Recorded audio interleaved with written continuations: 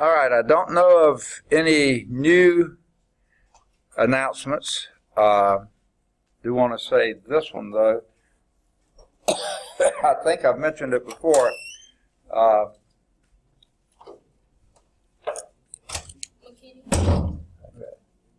Janae, right?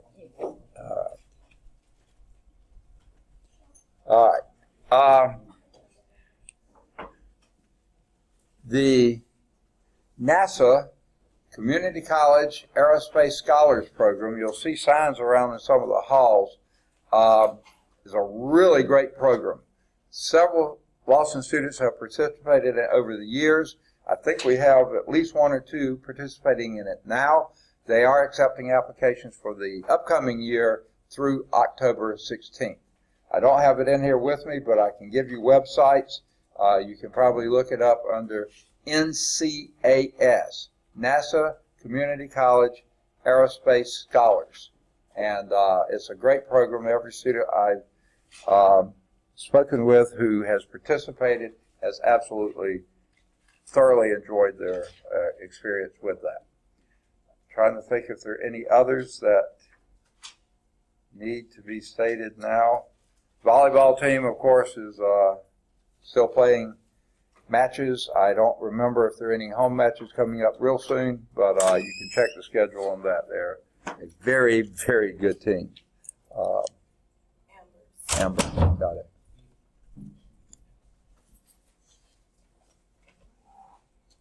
All right, good deal. Thank you. All right. And the papers and quizzes are coming in very nicely. If you got any ready, I'll take them. Otherwise, keep working. Okay. All right. You want to keep working, huh? Okay. All right, good deal. Thank you. Oh, boy. I shouldn't have said anything, should I? I'll be grading all weekend. Okay.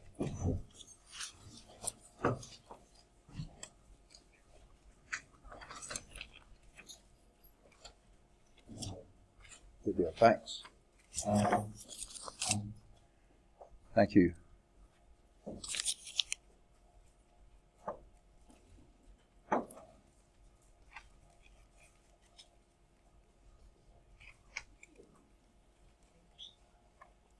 Too deep.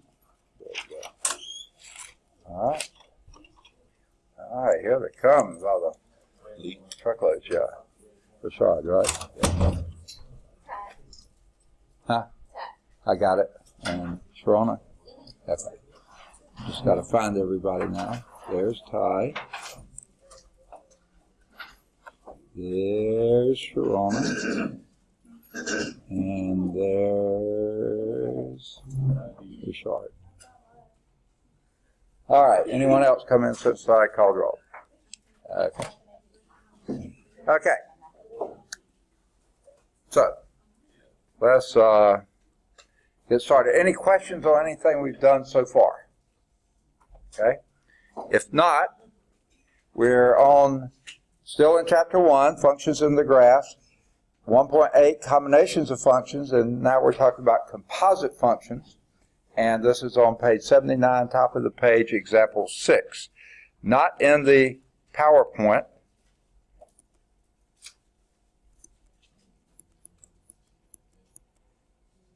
Okay. Okay, I think that's about the best we're going to do as far as getting white space. So let's get the pen set up, and we'll be ready to go. Example 6. Find the domain of f composed with g for the functions f of x is equal to x squared minus 9, and g of x is the square root of 9 minus x squared. Okay. Second? Example 6, top of page 79. Okay? Now, what you need to do first, you reckon?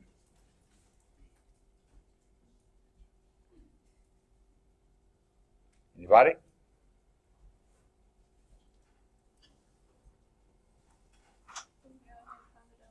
Say again? Okay. Let's set up what we're talking about, F composed with G. Let's see what that is. What does that mean? F composed with G of X. What is that? F of G of X. Okay? And where do you begin when you start fiddling with something like that?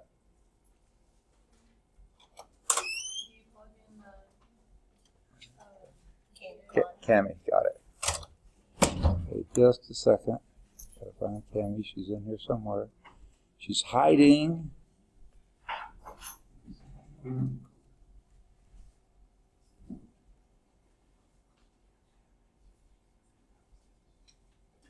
There you are. All right. Help you get my cap off my pen. Okay. Now, someone was saying something. Continue. Don't you plug in G of X? Yeah, you plug in G of X first, the innermost function first. So that's a good place, and I think that's probably what you were saying. That's a good place to start looking at the domain. What is going to be the G of X? Let's go on and do it, since they have it here. What is, and notice as we're plugging with G of X, leave the F alone for now, still write it as F. And what is G of X? The square root of 9 minus x squared. Okay? Now, what do you do with that? What does the F function tell you to do? Yeah, well, not multiply. Square. Take whatever's in the parentheses, and now that's what's in the parentheses, square it, and subtract 9 from it. So let's take what's in the parentheses, and that is the square root of 9 minus x squared, and we're going to square that, just like F tells us to, and then subtract 9 from it. So let's work on that for a moment. What is the square root of 9 minus x squared? Squared. 9 minus x squared. Come on in. I tried to lock you out, but I didn't have a key. Okay. D'Angelo's here. Somewhere. There you are. All right. You're above the line. Okay. Good deal. All right. So you said we got 9 minus x squared minus 9. Ha! What does that become? X squared. Because the 9 minus 9 is 0. Oh, negative x squared, you're right. Negative x squared. Now, here's a common fallacy, so don't do it. Okay? Don't look down here and say, what's the domain of that function? Even though that is your alpha g of x, right? What you have to do, I think this is what Rachel was suggesting to begin with, you start here. This g of x, you have to have things in the domain of g that will also, whose result will be in the domain of f, or everything will be in the domain of f, because that's a polynomial function. But g is not. So what are the limits on your x there? Any ideas?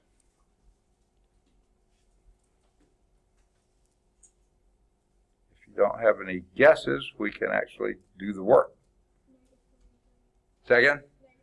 Yes. It's anything between -3, and it's all right to be a -3, so less than or equal to x, less than or equal to +3. Now you see why that's the case. If you get anything less than the -3 in there, like -4, that'd be 9 minus, what's -4 squared? 16. And 9 minus 16? -7. Can you take the square root of a -7? No. Okay? -3 will give you exactly a 0, right? So -3 is okay, and everything up to 3, but you go any past 3, and that'll give you a negative again. So our domain here is this. You can do it any way you want to. I like to do the set of all x's such that this is true. Okay? Or you can just put it as, how do you write that in interval notation? Bracket -3. What's next? Comma 3.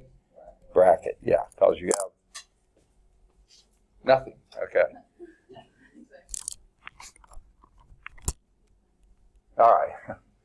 Because you have less than or equal to on both of them, so you do include the bracket. If you waited to down here to see, you say all real numbers. Because there's no problem here, but since this came from here, you're limited to whatever that is. Okay? Second? Okay. Rachel told me. Okay. No, okay. How do you do it formally? Well, what can you tell me about what's inside a square root sign? Can't be negative. And how do you write that in algebra speak? 9 minus x squared. If it can't be negative, it's got to be positive, meaning it's, use a directional inequality. It's what? Greater than or equal to 0, because it can't be negative. It doesn't have to be positive, but it can't be negative. So 0 could be included. All right, now we solve that. How do we solve that? Say again? Okay. All right.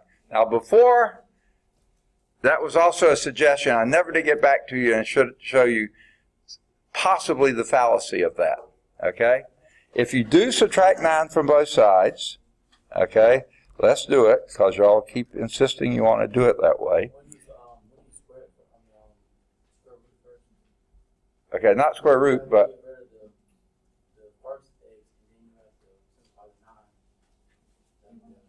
okay, say that one more time. No, I think you're probably, you promised you would be here. No, I'm glad you are. Okay. So I've got to find you now. Emily, right? Okay. Okay. All right. Now, what were you saying? I didn't quite follow. Okay, we're going to do that as next step. Okay. If you subtract 9 from both sides, that gives you a minus x squared is greater than or equal to 0. No, 9, negative 9. Sorry. Where's my brain this morning? Okay. Don't answer that question. Okay. Okay. And now what do you do? Second? Yeah, you have to multiply or divide by minus 1, which flips the inequality, which tells you, oh. Okay, it's Emily's fault. Ever since she, no, I'm just kidding. Okay. What do you do next? I gave her away. Okay, multiply by negative 1. What does that entail? Flip the direction of the directional inequality. Okay? Now what can that tell you? Say again? Square root of both sides, and that tells you what? X is less than or equal to 3. Is that your answer? Say again? Okay, not quite that either because of the inequality. If you said less than or equal to positive or negative 3,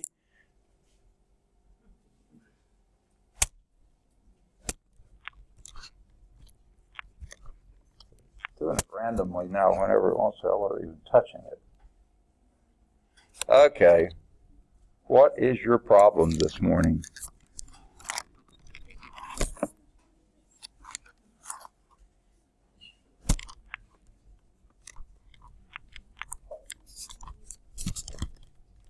There we go.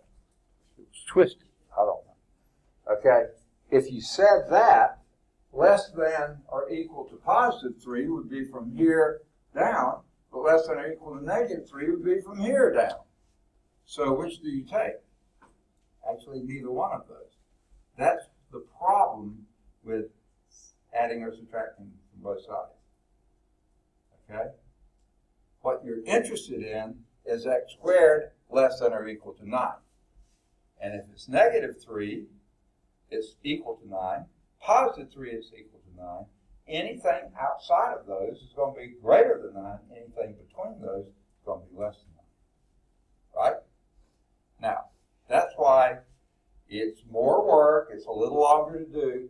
The safest thing is to factor. Okay? So, y'all keep wanting me to add or subtract something from both sides. That's the error you'll fall into, is you won't recognize that you have to be in between two. And the factoring takes a bit of effort here. Excuse me. Factoring's not hard, but the aftermath can be messy. Okay, and we've done it before, remember? Oh, it was a long time ago, okay? Like a couple of days, okay? This will be, how does that factor? Say again? A little louder. X? Okay. Yeah, you can do that. I would do 3 minus x times 3 plus x. It's the same thing. I admit that. It's greater than or equal to 0. Okay? Now, then you have to treat both. Remember, here you have the two conditions. What? You have a product here that has to be positive. What does that tell you? Either both of these have to be either both positive or both negative. If one is one or the other, then it's not. If they're different signs, it'll be less than or equal to 0. So you have two conditions. You have to consider what happens if they're both positive, what happens if they're both negative. We did this before, remember? Can I cut to the bottom line on it? If you do this, this would be either x is greater than or equal to 3. Okay, I'm sorry. That was, let me not skip so many steps. I'm even confusing myself. Okay. All right. Which you want to do first, positives or negatives? Pick, huh?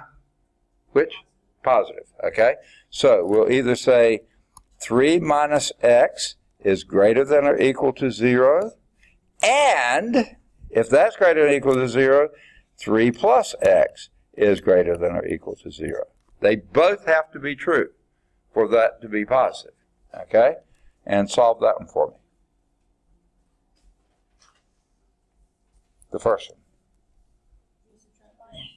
Subtract 3 from both sides would be a great idea.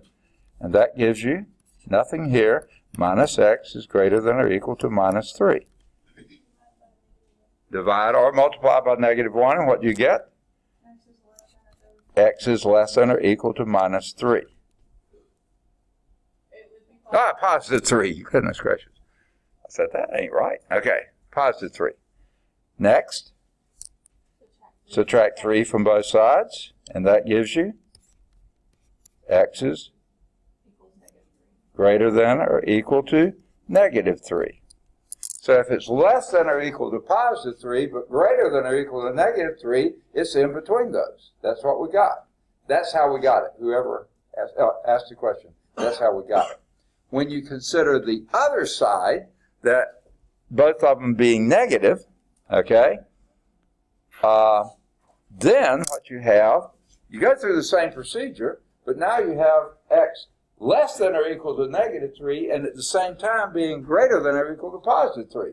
Can that ever happen? No.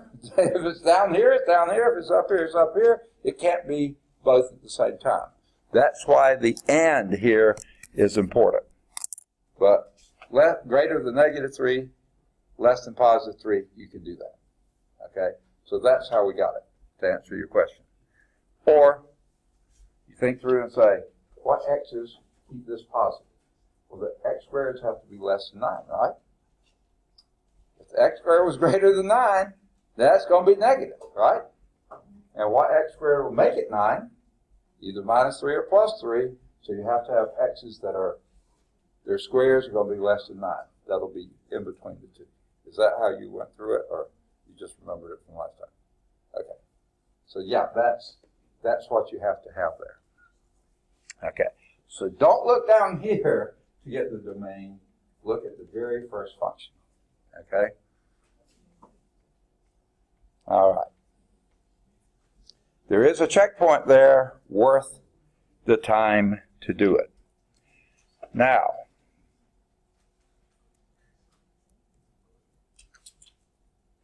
if I'm not mistaken, yes.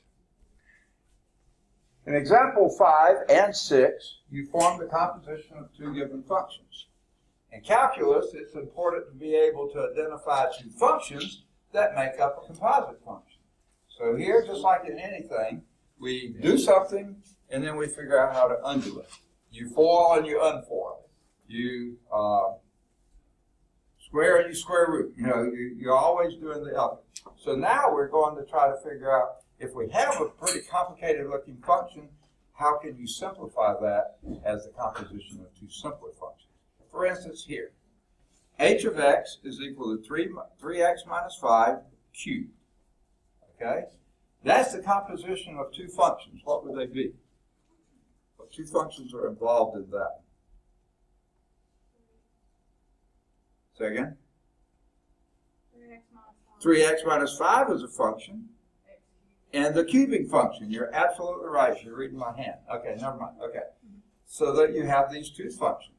The cubing function and the innermost function. Well, usually we assign the innermost to be g and the outermost to be f. You don't have to. You can turn them around. You can name them something else. That's okay. So h of x could then be expressed as the g of x cubed, which means f of g of x, which is f composed with g. Okay? Make sense? You just do things kind of in reverse. Okay? What this is called is, let's see if I have it here. Yes. Basically, we're decomposing a composite function. Look for the inner function first, and then the outer function. In the function h before, the g of x was the inner function. That was inside the parentheses. The outer function was the cube. That was outside the parentheses.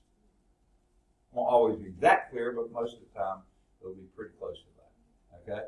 That's the outer function. Then you do f of g of x, or the composition of f with and g. All right. They're skipping example 7, so let's us do example 7. Write the function h of x is equal to 1 over x minus 2 squared as a composition of two functions. And frankly, you have multiple ways to do this. So just because you do it one way and somebody else does it another, you both could be right. What would you choose? How would you approach it? What would you look for first? There's the instruction right above. Look for the inner function. What would that be? X minus 2. What you want to name it? Oh, why don't we call it g of x? Let g of x equal x minus 2. What would be your outer function? Then f of x is equal to what? 1 over x squared. Now, for those who are looking, really thinking ahead, you could make this a decomposition of three functions. You could have the next inner or outer function would be the squaring function, and then the next one would be the reciprocal function. So you could have a chain of 3 decompositions, but this is perfectly fine.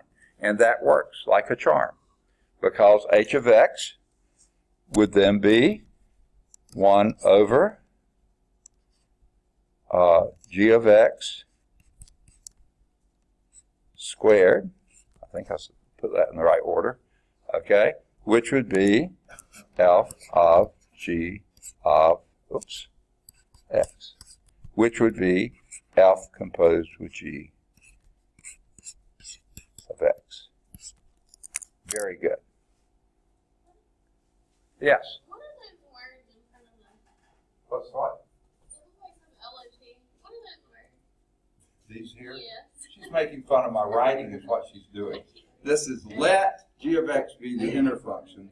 Then, that's supposed to be a then. It's a really sloppy then, making fun of my writing. Okay. Just for that, you get a dumb story. Okay? This is your punishment for making fun of my writing. Have any of you ever heard of Beethoven? Okay. Now, I'm not talking about that big old dog. Okay. All right. Okay. Beethoven, one of the greatest composers probably of all time. His Fifth Symphony is probably one of the greatest works that's ever been composed. No, no, no, no, no, no. You've heard it. Okay. Really a fantastic piece of music. Groundbreaking in its time. And he was on top of his game back in that time. He lived a long time, composed a long time. I don't know if he ever married, but I know later in life he was not married. Either his wife had died or he never married. I don't know which. But even late in his life, he started going deaf. Boy, that's pretty tough for a composer. So you know what he did? And he composed mostly on the piano. He cut the legs off his piano so it sat flat on the floor. He sat on the floor cross-legged and composed by the vibration. Now, he knew the music theory in and out, so that wasn't an issue, but that's how he heard how it sounded, by the vibration. Incredible, incredible guy. But the trouble is, late in his life, let me ask a dumb question first. Can anyone name who won the Grammy 5 years ago? I can't. Okay. Okay, nice. Okay. Right in the middle of a dumb story. Okay. You came in at a great time. So, see, music has always, taste in music changes pretty rapidly. And whereas at the top of his game, people were just all over Beethoven because he created these fantastic symphonies. About the same time as Mozart, and a little bit earlier had been Bach, and coming a little later with Brahms. But boy, they were giants. But the taste in music changed, and people started not wanting the big sound of symphonies, but maybe chamber music and little things, which are really great pieces of music too. And many of them, like Mozart and others, did those really well too. So unfortunately, Beethoven's stock started falling because he was a symphony guy, and people were just not as interested in symphonies anymore. So he was having harder and harder time selling them, and there was no Social Security back then. There was nothing else. He had to live by his own abilities, and that's what he did. And he was going deaf, So he wound up destitute and ultimately died in a little, probably rented flat somewhere, and the maid or the innkeeper found them and something and said, what do we do with them? Couldn't contact any family, didn't know of any family. They just called them and they buried them in the pauper's field, the potter's field, just where indigents were buried. And that would have been the end of Beethoven, except in a few years, like happens with music, there was a renaissance. And people said, hey, we're sort of tired of listening to this little, where's the good music like we used to hear, And they said, yeah, whatever happened to Beethoven? He was top of the game. And they started looking around and found out he had died. Well, where's he buried? We need to honor this man. That's the greatest music ever written. Well, no one knew. And they kept looking around, finally found out, no, He can't be there in the potter's field. No, that's inappropriate. We need to move him to a place where people can come and say, there lies Beethoven, one of the greatest composers ever to live. So they had to go through all the legal maneuvering and stuff to exhume the casket and that kind of stuff, and so they could move him and put him in a mausoleum in a really fancy part of town. Well, they were doing it late at night, and poor old guys out there shoveling, digging up the grave, and then they were lifting it out of the thing, and all things that I can recall. Beethoven, pretty big guy too, I think. I don't know for sure, but the pictures I've seen look like he was substantial. And so pulling it up, someone dropped it. The lid flew up. There sat Beethoven, erasing scores of sheet music like crazy. What was he doing?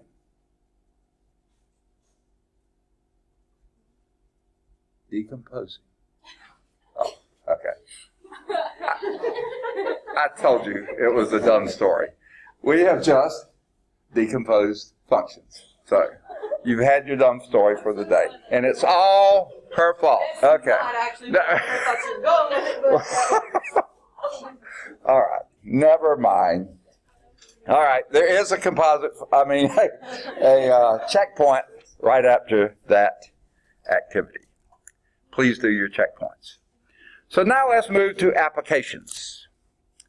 Here is a problem. This is example 8, the last one of the section. And it just launches right into it. The number of bacteria is given the symbol N for number, I guess. Bacteria in a refrigerated food. Now I don't like the way they've worded this, but the number of bacteria in a refrigerated food when it's taken out of the fridge is what they've left out here, is given by N as a function of, now in physics, a little t is time, a capital T is temperature. Okay? So this is the number of bacteria depends on the temperature of the food. Okay? Because bacteria won't grow in a very cold environment. They will grow in a nice, warm, comfy environment. Okay? So that's a function of temperature. And here is an equation. You don't have to derive it or tell why it is, but it's 20 T squared, that's the temperature squared, minus 80T, temperature, plus 500, okay? And by the way, that's the number of bacteria, so that's what you're starting with at T is equal to 0, but we never get to T is equal to 0. Because coming out of the fridge, the temperature is around 2 degrees Celsius, where T is the temperature of the food in Celsius. That's about right. Most refrigerators are set for around, I think, 35 Fahrenheit, which would be pretty close to 2 degrees Celsius. Okay?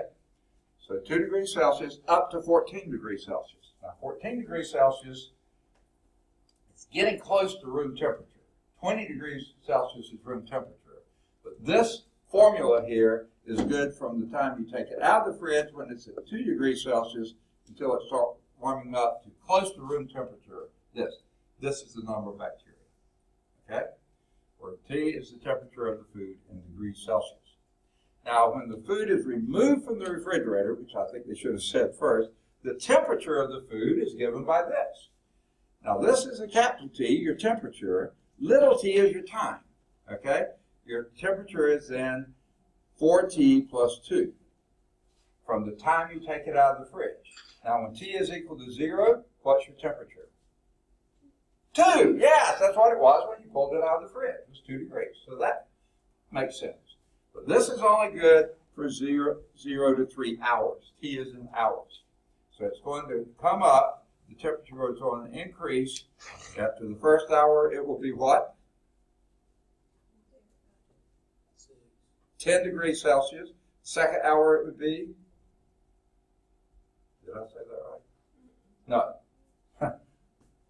First hour, it would be 6 degrees Celsius. Second hour, 10 degrees Celsius. The third hour, 14. So that fits there perfectly. Okay.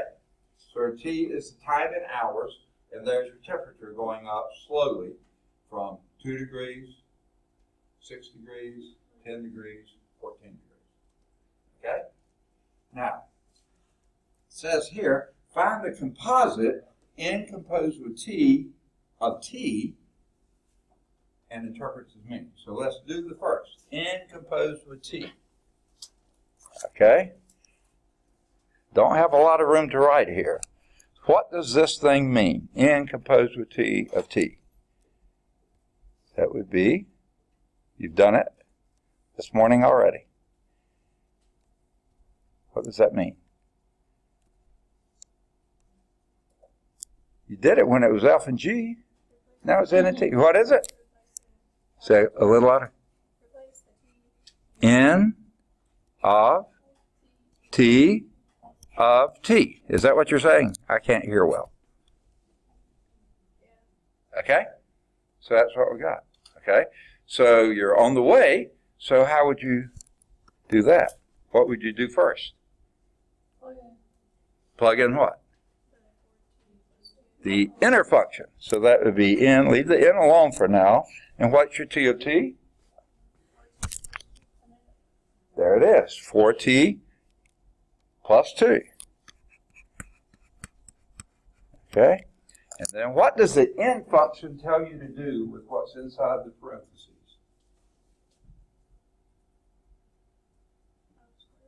Start with a 20.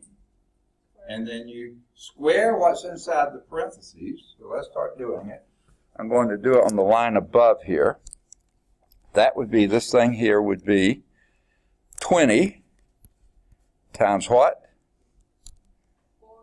4t plus 2 squared minus 80 times 4t plus 2 plus 500. Okay. Now, got a little bit of work to do. What you got to do first? Yeah, square that binomial. So I'm going to come up here and do that. So 20 times, can anyone do it right off the top, or do we need to scratch a little and do it? How are you going to do it? 4t plus 2 squared. Second, 16t squared. Okay, there's the first term. Plus what? Okay. Y'all just always jump to the last term. You forget about your middle term. What's the middle term? Is what? Okay, close. 16, perfect, plus 16t. Now, does anyone tell me how we got that? I heard someone saying it. Yes. Remember what you're doing here. You square the first, 16t squared, twice the product of the two. The product is 8t. Double that, you get 16t, and then you square the last. Good deal. Or you can pull it off to the side and foil it, and it works the same way. In fact, that's exactly what foiling does. The first one squared, twice the product of the two, last one squared. Next.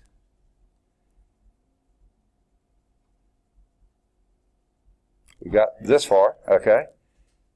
Minus 320. I couldn't hear. T, got it? Nope. Minus 160 plus 500. Whew, getting to be a mess here, isn't it? But now we got to distribute the 20 inside, so let's see what that gives you. 20 times 16 would be what? 320 t squared. Help me, help me. Same multiplication.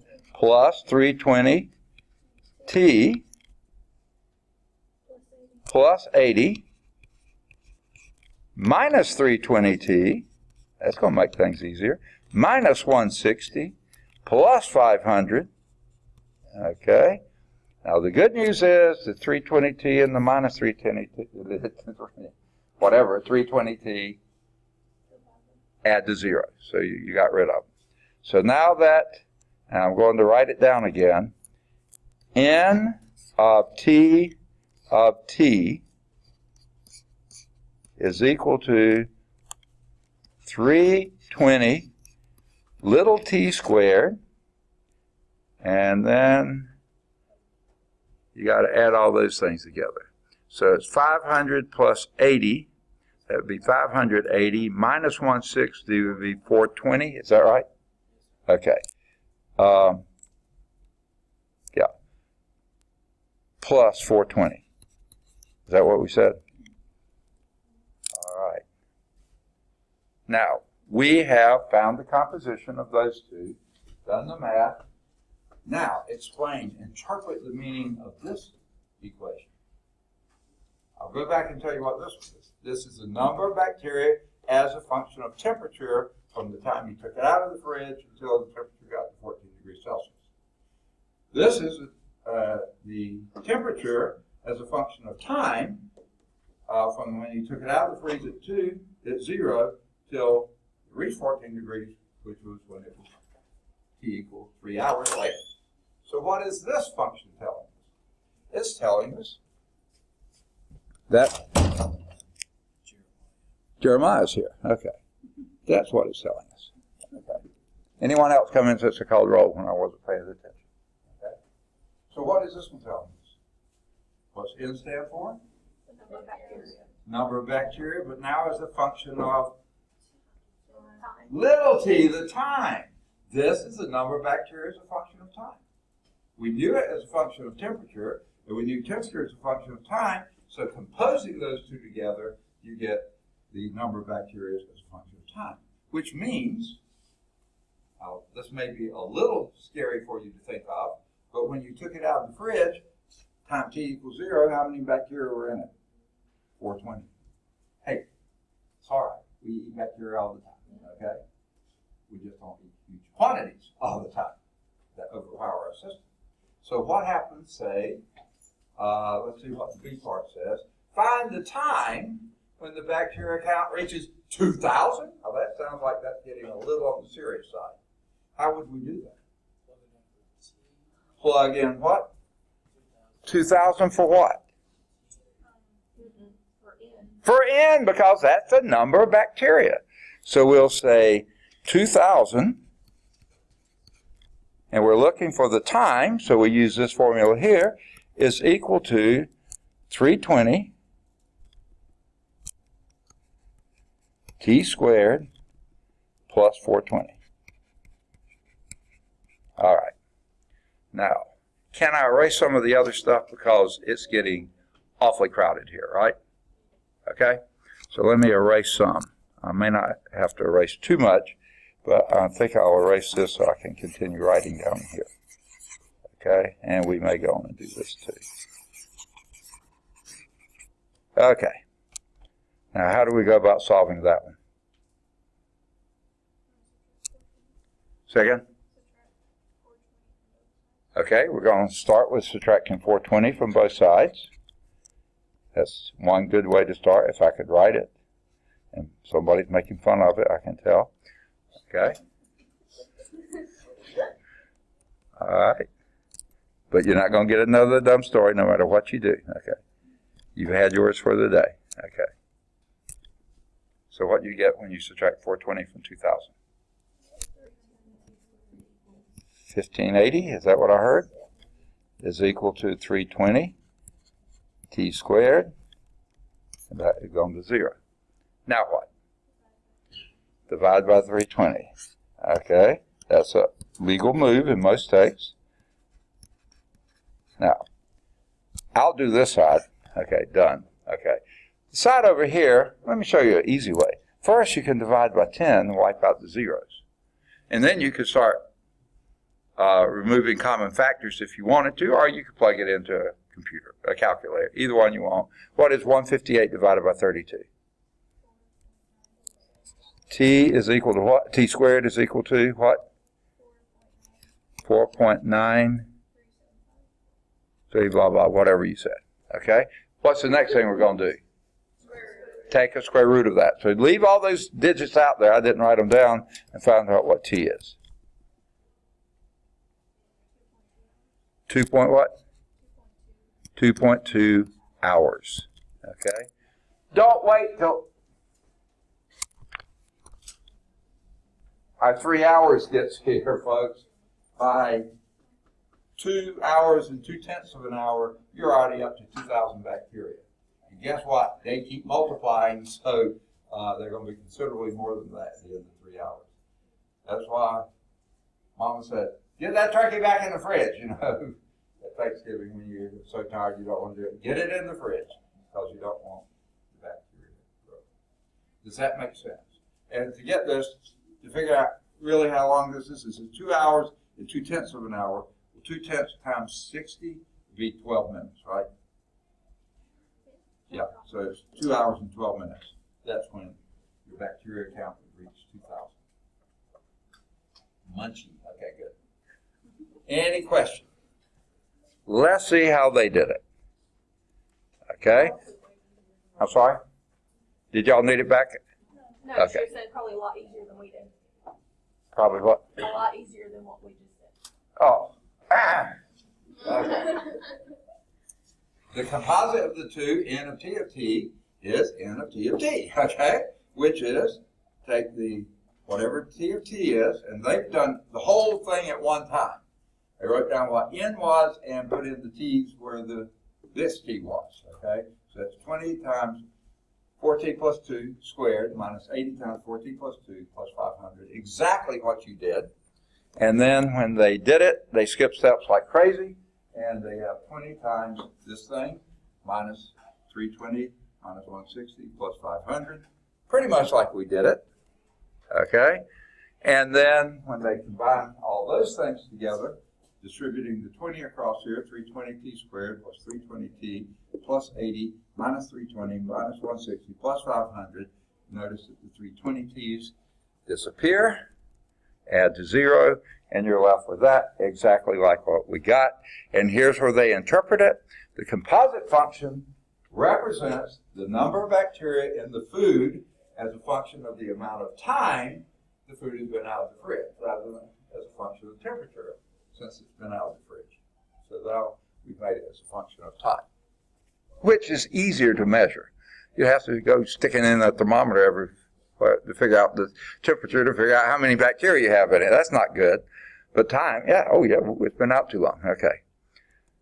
So the bacterial count will reach 2,000 when, just like you said, you put in the 2,000 for the N, and there's your equation.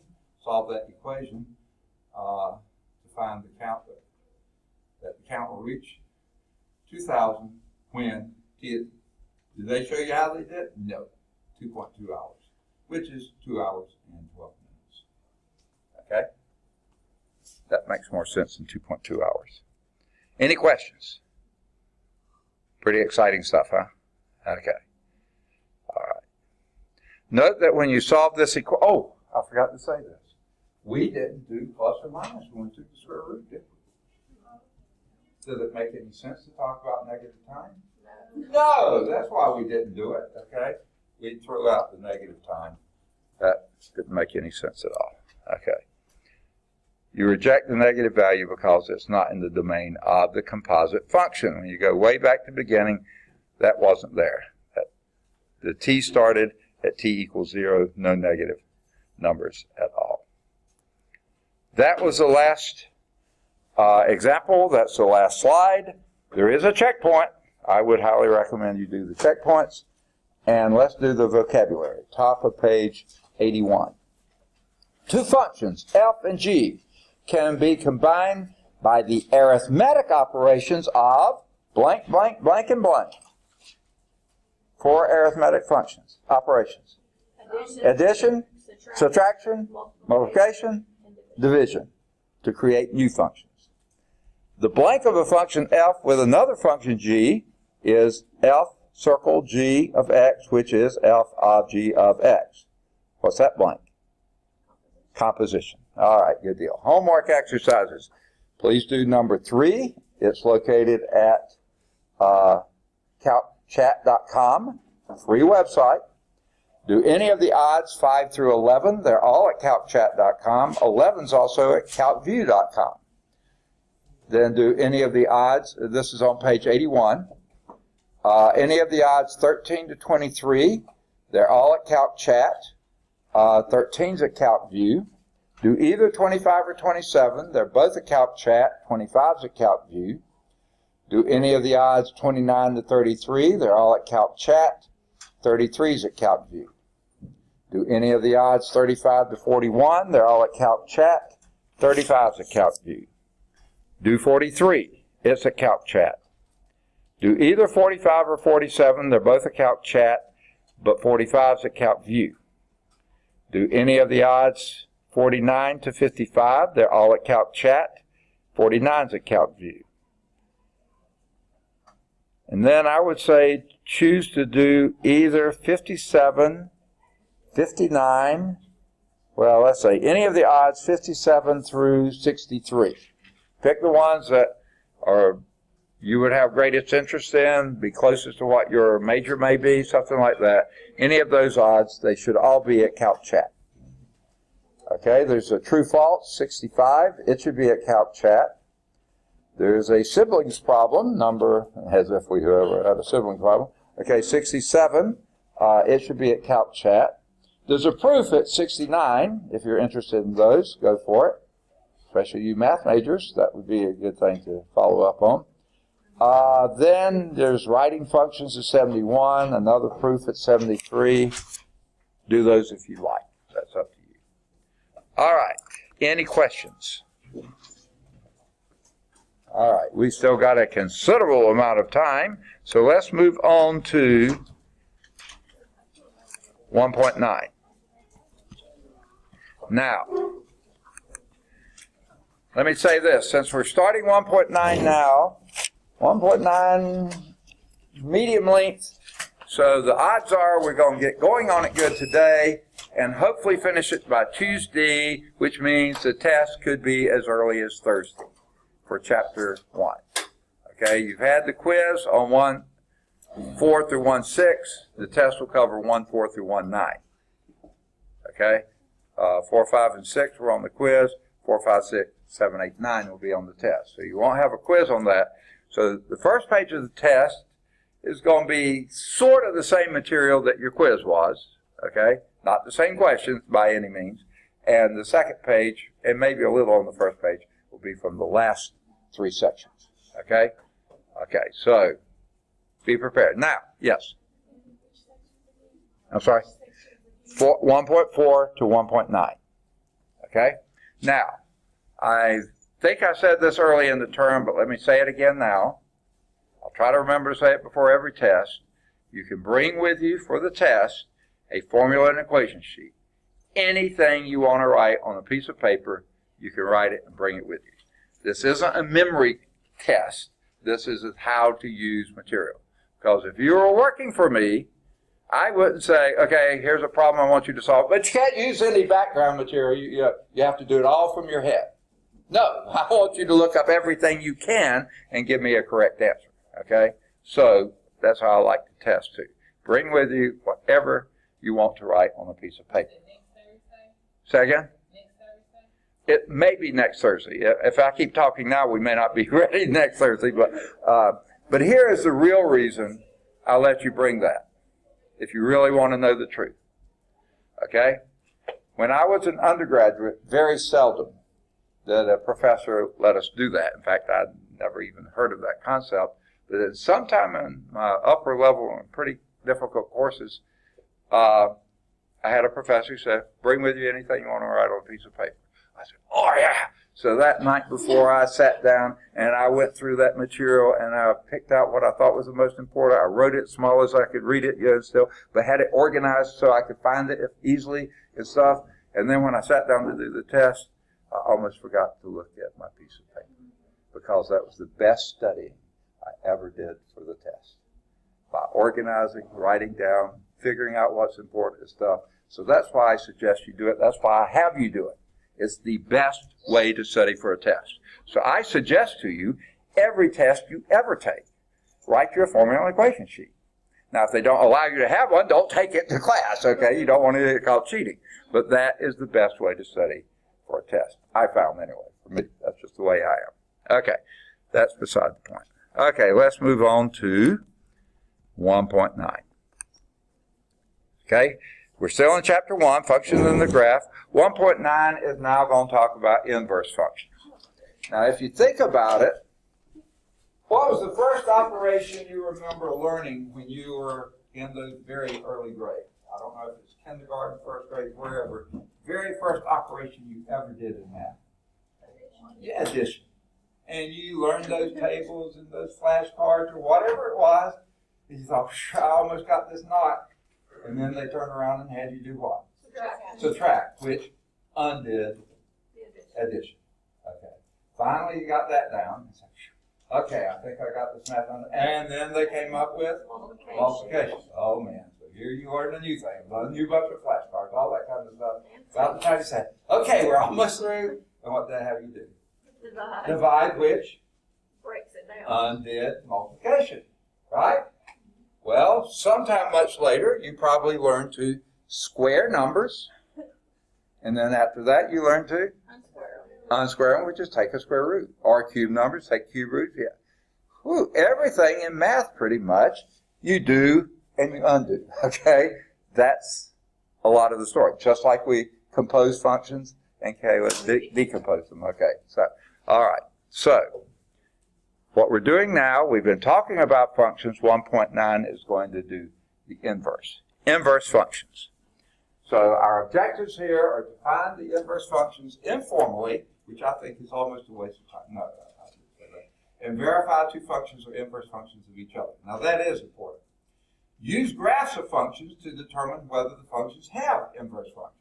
Like I said, this author loves graphing, and that is a good thing to use. And in using that, we'll use the horizontal line test. Now, up to now, we've only had a vertical line test.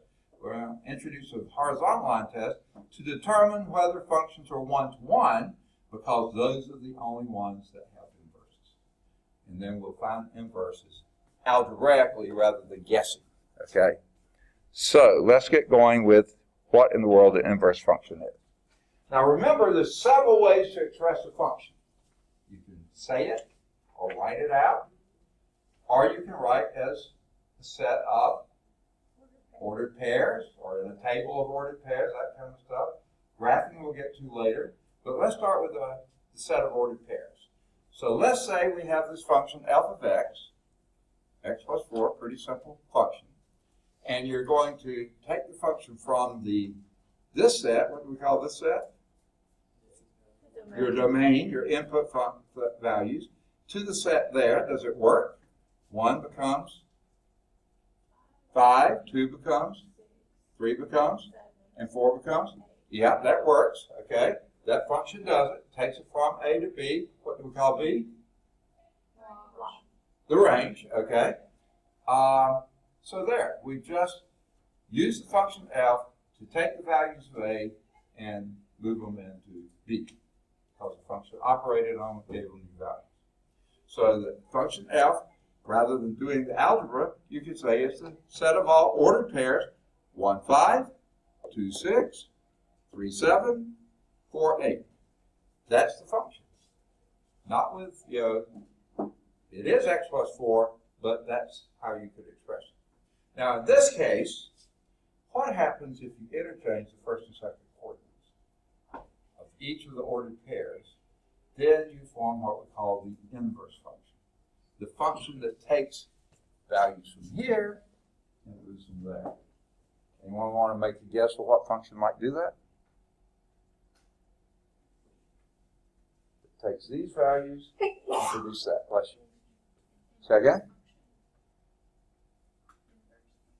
Yeah, and what would the inverse function be? Name the function. Just like this was f of x is x plus 4. What would that be? X minus 4. Perfect, because 5 minus 4 is 1, 6 minus 4 is 2, 7 minus... Yeah, that works. Okay? So you just found your first inverse function. Okay? If you flip the order of these, then you come up with a new function called the inverse function. Now, we denote that by f to the minus 1, which is a little bit messy of a notation. Because up to this point, if you put x to the minus 1, what does that mean? 3 to the minus 1. What does that mean? 1 over 3, or 1 over x. That's not what f to the minus 1 means. F to the minus 1 means inverse function. So don't get that confused. They're going to mention that later, but I thought I'd say it now before you start thinking in those terms. Okay? It is a function, this inverse function is a function from the set B to A. So it's just taken what was your range, made that the domain, and what was your domain, it made that the range. Okay? It can be written as follows, and y'all already did it. F inverse of x would be x minus 4, which takes 5 and makes it 1, takes a 6 and makes it 2, takes a 7 and makes it 3, takes it 8 and makes it 4. That's what the F inverse does. Notice that the domain of F is equal to the range of F inverse and vice versa. The domain of F inverse is the range of F. Okay? Now, here is your mapping diagram, another way to express functions. And note that this is undoing, just like we were talking before. Your F function takes something from your domain, your x, and maps it, f of x equals x plus 4, maps it onto the range. This is a 1, 2, 3, 4, there was a 5, 6, 7, 8. Okay? That's the range. Your inverse function takes the domain from here and maps it back here. So when you do an f of f inverse, or an f inverse of f, you wind up with x again. Whichever way you do that, you wind up with x again. That's the key. Now remember before, we said most of the time, inverse operations are not commutative. In this case it is. If you do f of f inverse, you get x. If you do f inverse of f, you get x. Remember I did say there are a few cases where they are commutative. Those are very special cases that will usually indicate an inverse function. That's what makes them special. Okay.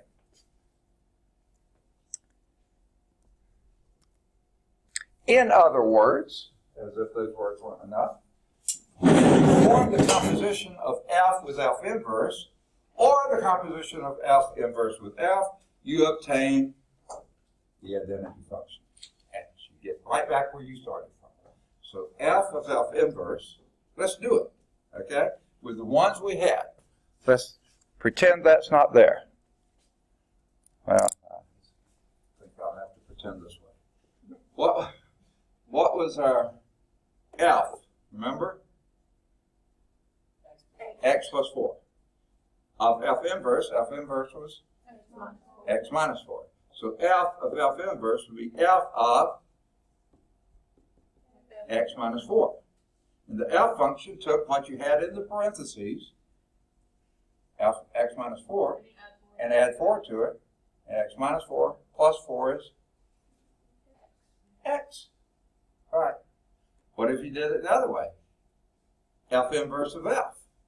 Well, f was x plus 4. F inverse, what's in the parentheses, subtracted 4 from it. X plus 4 minus 4 is x. So yeah, you get back, and this is one time which when you do f of g and g of f, you get the same answer. And both times you get the identity function x. That means these are inverse functions of each other. One undoes the other. See, what you started with, if you think about this, you started with the x. You did an f inverse of that, got something new. Then you did an f of that, and you wound up right where you started with an x. Same thing here. Now, the only difference is these x's are different. Because remember, the domain for this f was 5. The x was 5, 6, 7, 8. The domain for this one was 1, 2, 3, 4. So they're different domains. They may have different values, but the symbolic, they're the same. The x. Okay. Here's example 1. Do we have time for it? I believe so. Find the inverse of f of x is equal to 4x. So what would you guess? And this is just guessing now. Don't feel bad if you don't guess it right. What would you guess F inverse to be?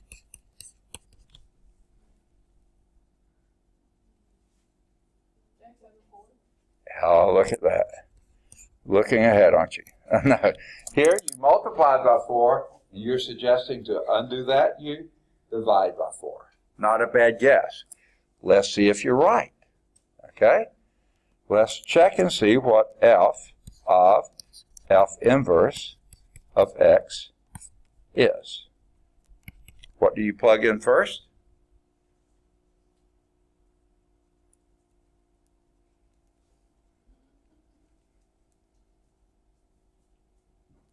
The innermost function. That would be F of, and what is your F inverse? X over 4. And what does the F function tell you to do? Takes what's in the parentheses and multiply it by 4. So let's see if that works. Get out of there. Okay. That would be 4 times X over 4. And what is that? Oh my word, X. Half of it's right. You need to do it the other way as well. This way, what is F inverse of F of X? What is your F of X? Or which do you do first? The innermost, so that'd be F inverse we're going to wait and do when the light comes on, okay? And what is your innermost function, F of X? Second, 4X. Okay, if you take that 4x and operate it on it with the F inverse function, F inverse function says take what's in the parentheses, which is 4x, and do what with it? Divide by 4. And what do you get? X. Sure enough, it works. F of F inverse is the identity function. F inverse of F is the identity function. It works. Okay, so you guessed well. There is a checkpoint there. Please do the checkpoint. Oh, wait. Let's see how they did it. Have we got time? Sure we do, don't we? We always have time for Jello, okay? We do or not? Okay. Okay. Function F multiplies each input by 4. To undo that, divide by each by 4. Don't worry. They all aren't going to be this simple, okay? So the inverse function we think will be X over 4. To verify that, you do F of F inverse, which we just did. That's 4 times X over 4, which is indeed X. And to also verify it, you do F inverse of F, which is F inverse of 4X, which is 4X over 4, which also is X. So yes, that is the inverse. So we'll start next time with the definition of the inverse functions, top of page 85. Let's see if there are any homework exercises here. I think maybe we're 1 or 2. Let's see if there are. I think you can try to do any of the odds 7 through 13. Now, the 7 will be pretty easy. The others may get a little more difficult. If you can't do them, hang on, we'll do more in class. Okay? And you might be able to do verifying inverse functions 15 or 17. All 7 through 13 are at Calc Chat, 9's at Calc View, 15 and 17 are at Calc Chat, 15 are at Calc View. Thank you. All right, one other issue. Have a good weekend. Of course, working on your quiz will make it a good weekend, won't it? Yes, okay. All right, good deal.